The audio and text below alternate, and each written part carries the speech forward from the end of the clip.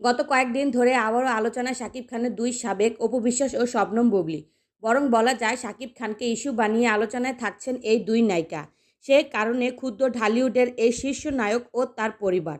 অপু বুবলী দুইজনেই শাকিবের বৈধ স্ত্রী দাবি করায় এবার বাড়ির দরজায় চূড়ান্ত সিলমোহর দিতে চলেছে পরিবার।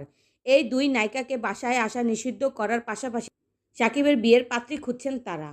অপু ও বুবলী প্রসঙ্গে শাকিবের পরিবার থেকে জানা যায়, যখন তারা দেখেন মিডিয়ায় তাদের নিয়ে কোনো আলাপ আলোচনা নেই কিংবা তাদের সিনেমা মুক্তির সময় হয়, তখন আলোচনায় উঠে আসতে গণমাধ্যমে শাকিব প্রসঙ্গ তুলে কথা বলা শুরু করেন দুজন।